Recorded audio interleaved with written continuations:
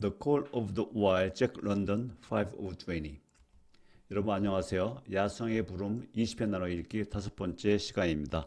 슬라이드 화면 20개로 구성하였습니다. 소설책은 25페이지에서 32페이지까지 8페이지 분량입니다. 140페이지를 향해서 출발하겠습니다. A shout from Francois hailed his appearance. What I say, the dog driver cried to Perrault. That bug for sure, run quick as anything. Perrault nodded gravely. As courier for the Canadian government, bearing important dispatches, he was anxious to secure the best dogs, and he was particularly gladdened by the possession of Buck. 3 more huskies were added to the team inside an hour, making a total of 9, and before another quarter of an hour had passed, they were in harness and swinging up the trail towards the Die cannon. Buck was glad to be gone, and though the work was hard, he found he did not particularly despise it. He was surprised at the eagerness which animated the whole team and which was communicated to him. But still more surprising was the change wrought in Dave and Solex. They were new dogs utterly transformed by the harness. All passiveness and unconcern had dropped from them.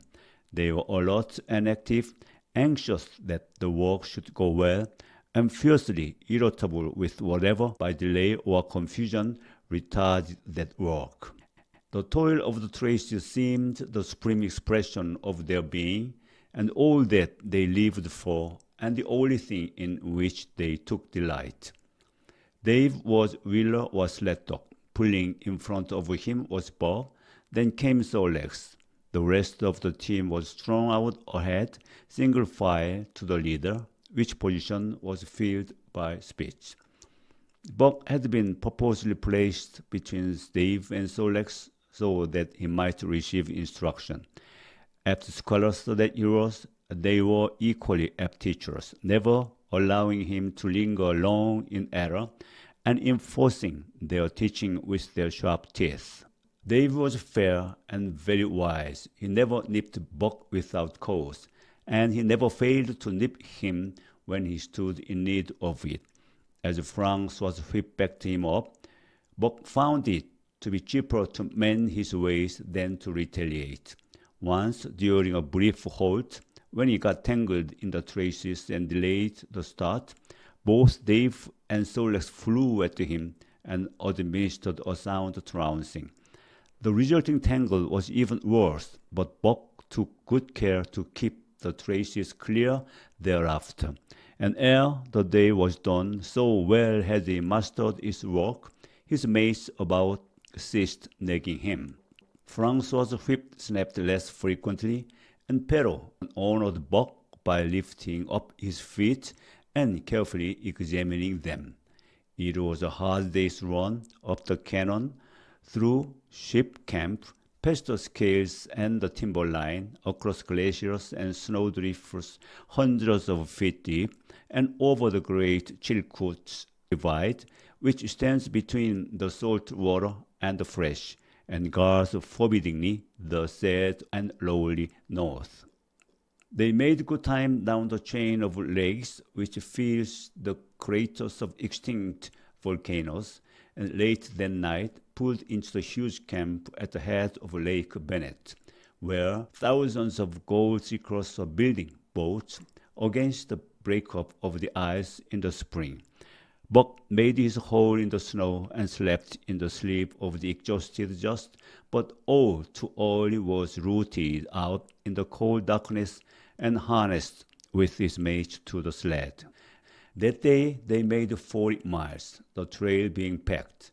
But the next day, and for many days to follow, they broke their own trail, walked harder, and made poorer time. As a rule, Perrault traveled ahead of Tim, packing the snow with webbed shoes to make it easier for them.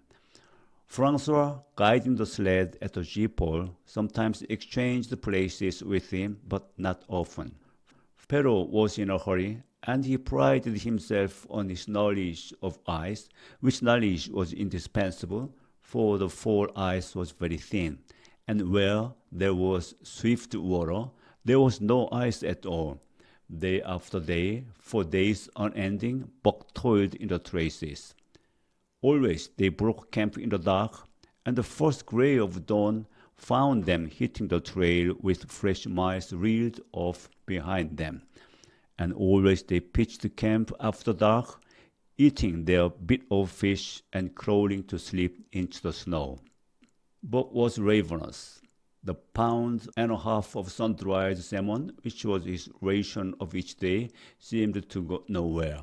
He never had enough and suffered from perpetual hunger pangs. Yet the other dogs, because they weighed less and were born to the life, received a pound only of the fish and managed to keep in good condition. He swiftly lost the fastidiousness which had characterized his old life. A dainty eater, he found that his mate, finishing first, robbed him of his unfinished ration. There was no defending it. While he was fighting off two or three, it was disappearing down the throats of the others. To remedy this, he ate as fast as they, and so greatly did hunger compel him, he was not above taking what did not belong to him. He watched and learned. When he saw Pike, one of the new dogs, a clever malingerer and thief, slyly steal a slice of bacon when Perros' back was turned, he duplicated the performance the following day, getting away with the whole chunk. A great uproar was raised, but he was unsuspected, while Dub, an awkward blunderer who was aware getting caught, was punished for Buck's misdeed. This first theft marked Buck as fit to survive in the hostile Northland environment. It marked his adaptability, his capacity to adjust himself to changing conditions, the lack of which would have meant swift and terrible death. It marked further the decay or going to pieces of his moral nature, a vain thing and a handicap in the ruthless struggle for existence. It was all well enough in the Southland, under the law of love and fellowship, to respect private property and personal feelings. But in the Northland, under the law of club and fang, whoso took such things into account was a fool, and insofar as he observed them, he would fail to prosper. Not that Buck reasoned it out. He was fit, that was all, and unconsciously he accommodated himself to the new mode of life. All his days, no matter what the odds, he had never run from a fight. But the club of the man in the red sweater had beaten into him a more fundamental primitive code. Civilized, he could have died for a moral consideration, say the defense of Judge Miller's riding whip. But the completeness of his civilization was now evidenced by his ability to flee from the defense of a moral consideration and so save his hide. He did not steal for joy of it, but because of the clamor of his stomach. He did not rob openly, but stole secretly and cunningly out of respect for club and fang. In short, the things he did were done because it was easier to do them than not to do them. His development or retrogression was rapid. His muscles became hard as iron, and he grew callous to all ordinary pain. He achieved an internal as well as external economy.